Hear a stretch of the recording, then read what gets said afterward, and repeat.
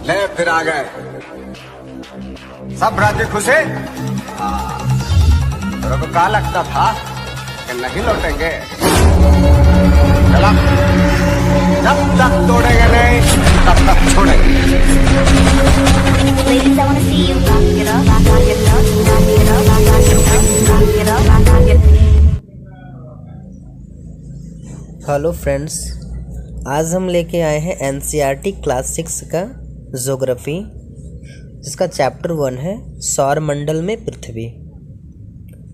तो इस चैप्टर को हम बहुत शॉर्ट तरीके से स्टडी करेंगे और बहुत अच्छे अच्छे टॉपिक पे डिस्कस करेंगे।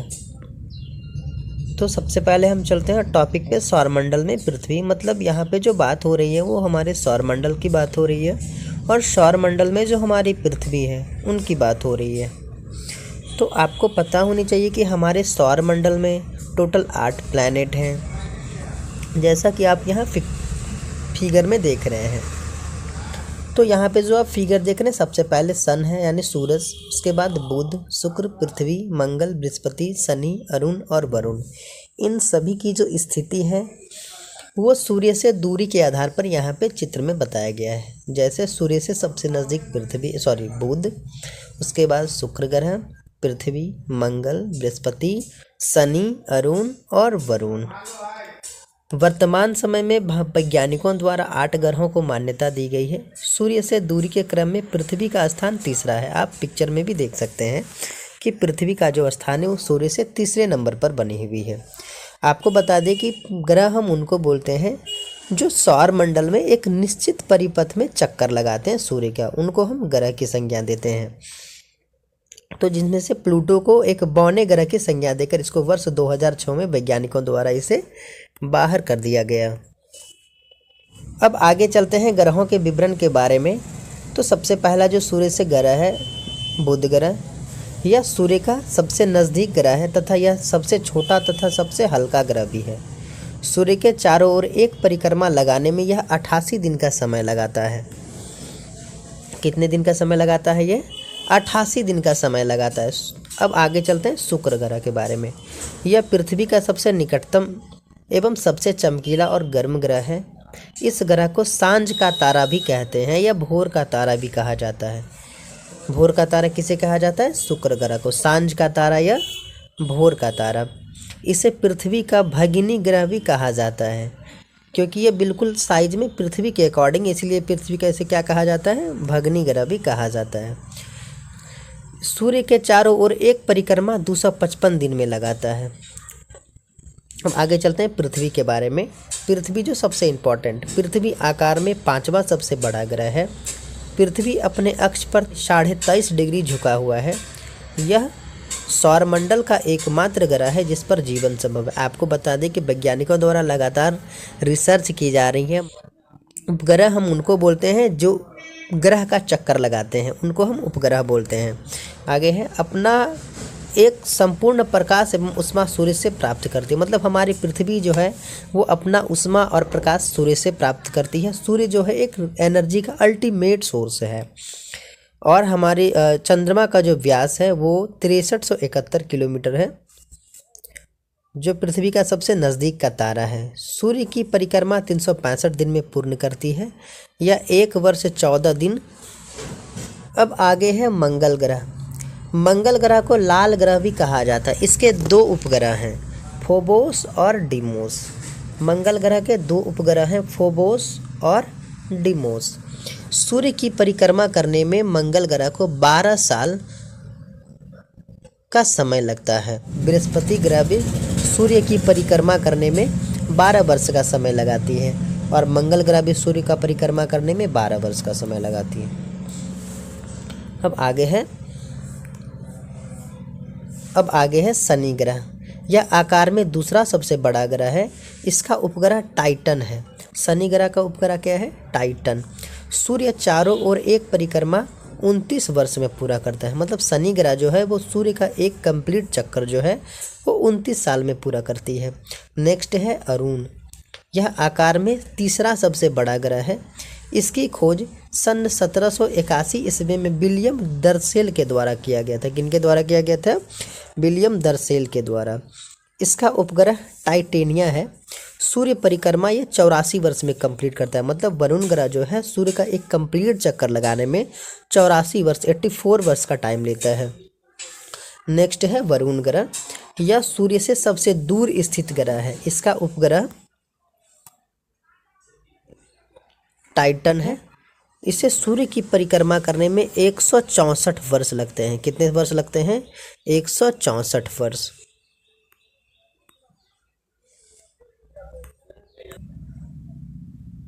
अब नेक्स्ट आ जाइए सन के बारे में। इसे अर्थात सूर्य और सौर परिवार का मुखिया कहा जाता है। मतलब हमारा जो सोलर सिस्टम है, सोलर सिस्टम का मुखिया कहा जाता है सूर्य को, क्योंकि जितने भी प्लैनेट हैं वो सूर्य के चारों तरफ घूमते हैं। सूर्य सौर मंडल के केंद्र में स्थित बड़ा तारा है। यह बहुत बड़ा एवं अत्यधिक गर्म गैसों से बना है। आपको बता दें कि सूर्य में जो है वो हाइड्रोजन 73.46%, हीलियम 24.85%, ऑक्सीजन 0.77% और कार्बन 0.29% है। मतलब इन सब गैसों का मिश्रण है सूर्य। इसका खिंचाव बल जिसमें सौर मंडल को बांधे रखता है। सूर्य सौर मंडल के लिए प्रकाश एवं ऊष्मा का एकमात्र स्रोत है। मतलब हमारे सौर मंडल में जितने भी प्लैनेट्स हैं उनका एकमात्र सोर्स है अगर लाइट का और एनर्जी का, प्रकाश का और ऊष्मा का, तो वो सूर्य है। सूर्य पृथ्वी से लगभग 15 करोड़ किलोमीटर दूर है। मतलब हमारी पृथ्वी से जो सन का डिस्टेंस है वो 15 करोड़ किलोमीटर दूर है। सौर मंडल के सभी 8 ग्रह एक निश्चित पथ पर सूर्य के चक्कर लगाते हैं। ये कक्षा कहलाते हैं। मतलब जो ग्रह हैं, जो ग्रह अपने ऑर्बिट में घूमते हैं उन्हें कक्षा कहते हैं। आगे है भू आग किसे कहते हैं? लिखा है पृथ्वी जो ध्रुवों के पास थोड़ी चपटी है, इसके कारण इसकी भू आग कहा जाता है। मतलब हमारी पृथ्वी जो आप फिगर में देखते हैं वो बिल्कुल एक नारंगी के जैसे बनी हुई है, लेकिन अगर आप रियलिटी में देखेंगे तो हमारी पृथ्वी थोड़ी चपटी है बाहर से ध्रुवों पे, जिनको हम भू आग कहते हैं। आगे लिखा है अंतरिक्ष से देखने पर पृथ्वी नीला रंग दिखाई जैसा दिखेगा, क्योंकि इसके अर्थात पृथ्वी का 2/3 सतह पानी से ढका है। अर्थात पृथ्वी का जो है 2/3 हिस्सा पानी से ढका हुआ है, इसलिए इसको नीला ग्रह भी कहा जाता है। नेक्स्ट है चंद्रमा, मून। हमारे पृथ्वी के पास केवल एक उपग्रह चंद्रमा है। मतलब हमारे पृथ्वी के पास उपग्रह 2 प्रकार के होते हैं। एक होते हैं नेचुरल और एक होते हैं आर्टिफिशियल। तो आर्टिफिशियल उपग्रह वो होते हैं जो हम इंसानों के द्वारा बनाए जाते हैं, बट नेचुरल उपग्रह वो होते हैं जो प्रकृति के द्वारा बने होते हैं, जैसे चंद्रमा। तो हमारी पृथ्वी के पास केवल एक उपग्रह है चंद्रमा। चंद्रमा का जो व्यास है, डायमीटर, पृथ्वी के व्यास का केवल 1/4 है। मतलब हमारी पृथ्वी का जो डायमीटर है उसका केवल 1/4 1/4 डायमीटर है चंद्रमा का। चंद्रमा पृथ्वी से लगभग 3,84,400 किलोमीटर दूर है। कितने लाख? 3,84,400 किलोमीटर दूर है।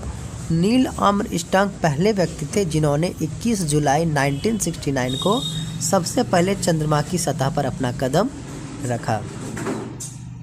आगे है प्रकाश की गति, जो 3 × 10⁸ मीटर पर सेकेंड, अर्थात सूर्य के प्रकाश के इस गति को पृथ्वी में आने के लिए लगभग 8 मिनट 20 सेकेंड का समय लगता है। मतलब लाइट की जो स्पीड होती है वो 3 लाख किलोमीटर पर सेकेंड की स्पीड होती है। इसको अगर आप कैलकुलेट करेंगे तो वो आपका आएगा 3 लाख किलोमीटर पर सेकेंड।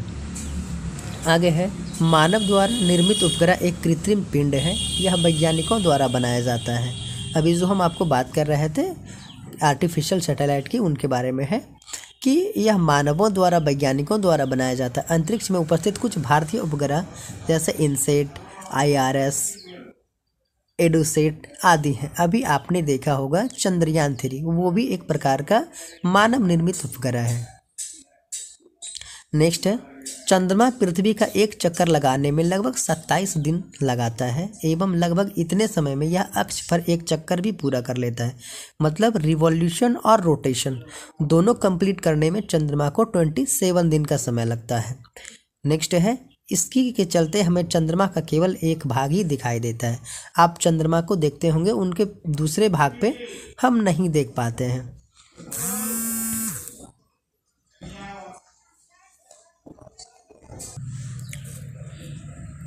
अब हम बात करते हैं पूर्णिमा का। पूर्ण चंद्र को लगभग 1 महीने में एक बार देख सकते हैं। मतलब पूर्णिमा जो होती है वो महीने में एक बार होती है। यह पूर्ण चंद्र वाली रात पूर्णिमा कहलाती है। मतलब जिस रात में चांद पूरा गोल होता है उस रात को हम पूर्णिमा बोलते हैं। अमावस्या, इसके 15 दिन बाद इसे हम नहीं देख सकते। मतलब धीरे धीरे चांद पूर्णिमा के बाद उसका आकार धीरे धीरे आप देखते होंगे छोटा होता चला जाता है और अंततः चांद एक दिन दिखना बंद हो जाता है, जिस दिन हम पूर्णिमा के नाम से जानते हैं, अमावस्या के नाम से जानते हैं। अब आगे पढ़ते हैं खगोलीय पिंड के बारे में। खगोलीय पिंड का मतलब है सूर्य, चंद्रमा तथा वे सभी वस्तुएं जो रात के समय आसमान में चमकती हैं खगोलीय पिंड कहलाती हैं। मतलब वो सारे ऑब्जेक्ट्स जो रात में आपको आसमान में चमकते दिखाई पड़ते हैं उन्हें हम खगोलीय पिंड कहते हैं। कुछ खगोलीय पिंड बड़े आकार वाले होते हैं, यह गैसों से बने होते हैं। इनके पास अपनी उष्मा तथा अपनी प्रकाश होती है जिसे वे बहुत बड़ी मात्रा में उत्सर्जित करते हैं तथा इन्हीं खगोलीय पिंड को तारा कहते हैं। सूर्य भी एक प्रकार का तारा है। आपको पता होनी चाहिए कि बहुत सारे ऐसे प्लैनेट हैं जिनके पास अपना खुद का लाइट नहीं है, लेकिन बहुत सारे ऐसे खगोलीय पिंड आप देखते होंगे आसमान में, जैसे तारे टिमटिमाते हैं, उनका अपना खुद का लाइट होता है, वो अपना खुद का प्रकाश उत्सर्जित करते हैं। जैसे सूर्य हमारा खुद का प्रकाश उत्सर्जित करते हैं, इस सूर्य भी एक प्रकार का क्या है, तारा, और हमारे पृथ्वी का सबसे नज़दीक का तारा है सूर्य। आगे है नक्षत्र मंडल। आपने नक्षत्र के बारे में सुना होगा। तारों के विभिन्न समूहों द्वारा बनाई गई विभिन्न आकृतियों को नक्षत्र मंडल कहते हैं। आपने आसमान में देखे होंगे कि बहुत सारे तारे के एक आकृति बनी होती है जिन्हें हम नक्षत्र मंडल कहते हैं। जैसे अर्शा मेजर, बिग बियर, इसी प्रकार के कुछ नक्षत्र मंडल हैं। बियर या सप्तऋषि यह 7 तारों का समूह है। जो भी नक्षत्र मंडल अर्शा मेजर का एक भाग है। अगर आप में से किन्हीं ने सप्तऋषि तारा को आसमान में देखे होंगे तो कृपया कमेंट में ज़रूर बताएं। अब नेक्स्ट है ध्रुव तारा। ध्रुव तारा जिसको हम लोग पोल स्टार भी बोलते हैं, ध्रुव तारा आसमान उत्तर दिशा की ओर, मतलब आसमान में उत्तर दिशा की ओर चमकता हुआ तारा ध्रुव तारा कहलाता है।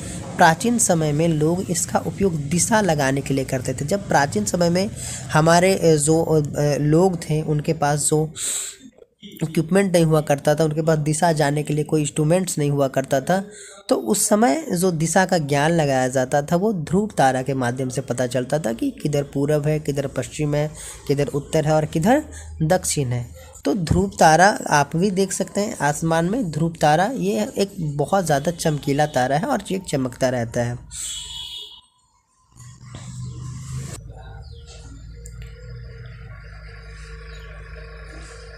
नेक्स्ट है ग्रह। ग्रहों में अपना प्रकाश एवं उष्मा नहीं होता है। यह तारों के प्रकाश एवं उष्मा से प्रकाशित होते हैं। ऐसे ही पिंड ग्रह कहलाते हैं। ऐसे पिंड क्या कहलाते हैं, ग्रह कहलाते हैं। ये अपना प्रकाश कहाँ से लेते हैं, तो अभी जैसे हमारी पृथ्वी एक ग्रह है, पृथ्वी का जो प्रकाश का स्रोत है वो सूर्य है। आगे है खगोलीय पिंड एवं इनकी गति के संबंध में अध्ययन करने वाले को खगोल शास्त्री कहते हैं। क्या कहते हैं, खगोल शास्त्री।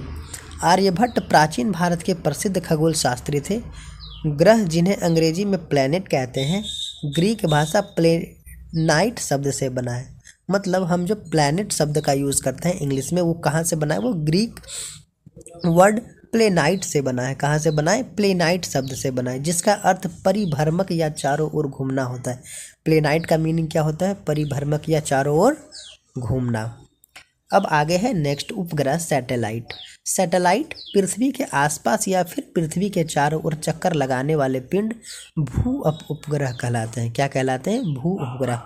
आसमान में दिखाई देने वाला चंद्रमा भी एक उपग्रह। मैंने आपको पहले ही बताया कि चंद्रमा क्या है, पृथ्वी का एकमात्र उपग्रह जो कि नेचुरल उपग्रह है। कौन सा उपग्रह है? नेचुरल उपग्रह है। अब आगे है सौरमंडल। सौरमंडल सूर्य 8 ग्रह तथा उपग्रह, सूर्य 8 ग्रह तथा उपग्रह तथा कुछ अन्य खगोलीय पिंड जैसे क्षुद्र ग्रह एवं उल्का पिंड मिलकर सौरमंडल का निर्माण करती है। उसे हम सौर परिवार कहते हैं। अब आगे जानते हैं कि क्षुद्र ग्रह क्या होता है। तो ग्रह के ही भाग है। क्षुद्र ग्रह है वो भी एक प्रकार के ग्रह के ही भाग हैं जो बहुत वर्ष पहले विस्फोट के बाद ग्रहों से टूटकर अलग हो गया। मतलब क्षुद्र ग्रह जो है वो हमारे ग्रह का ही एक भाग है जो काफ़ी वर्ष पहले हमारे ग्रह से टूटकर अलग हो गए। यह बहुत सारे छोटे छोटे पिंड भी सूर्य के चारों ओर चक्कर लगाते हैं। इन पिंडों को क्षुद्र ग्रह कहते हैं। मतलब हमारे प्लैनेट के अलावा बहुत सारे ऐसे छोटे छोटे पिंड होते हैं जो हमारे सूर्य के चारों ओर चक्कर लगाते हैं, जिन्हें हम क्षुद्र ग्रह के नाम से जानते हैं। अब आगे है उल्का पिंड। आपने उल्का पिंड का नाम सुना होगा। सूर्य के चारों ओर चक्कर लगाने वाले पत्थर के छोटे छोटे टुकड़े को उल्का पिंड कहते हैं। मतलब सूर्य के चारों ओर जो छोटे छोटे पत्थर जो क्षुद्र ग्रह होते हैं वो जो चक्कर लगाते हैं उनको हम लोग उल्का पिंड बोलते हैं। लाखों तारों के समूह को आकाशगंगा अथवा मिल्की वे कहते हैं। तारों के समूह को क्या कहते हैं? मिल्की वे कहते हैं। आगे है हमारा सौरमंडल इस आकाशगंगा का एक क्या है? भाग है। लाखों आकाशगंगाएं मिलकर क्या बनाती है? एक ब्रह्मांड का निर्माण करती है। अब आगे है नोट। ज्योग्राफी एक शब्द है। आपको बता दें कि ये ज्योग्राफी क्लास 6 का चैप्टर 1 है, सौरमंडल में पृथ्वी। तो ज्योग्राफी जो वर्ड बना है वो एक ग्रीक वर्ड है, ग्रीक से लिया गया है, जिसका अर्थ है पृथ्वी का विवरण। ज्योग्राफी का मतलब क्या है? पृथ्वी का विवरण। ज्योग्राफी पृथ्वी का विवरण, पृथ्वी का अध्ययन। ज्योमेट्री पृथ्वी का मापन, इसे मापन में यूज़ होता है। मतलब ज्योमेट्री का जो यूज़ होता है, आपने सुनेंगे ज्योमेट्री बॉक्स का नाम। तो ज्योमेट्री का जो यूज़ होता है पृथ्वी के मापन में। और जियोइड, इसे पृथ्वी के आकार एवं अनुरूप का प्रयोग में लाया जाता है। इसे पृथ्वी के आकार एवं अनुरूप को प्रयोग में लाया जाता है। इसको जियोइड बोलते हैं। क्या बोलते हैं? जियोइड। तो इस प्रकार आज आपका चैप्टर 1 क्लास 6 ज्योग्राफी का कंप्लीट हो गया।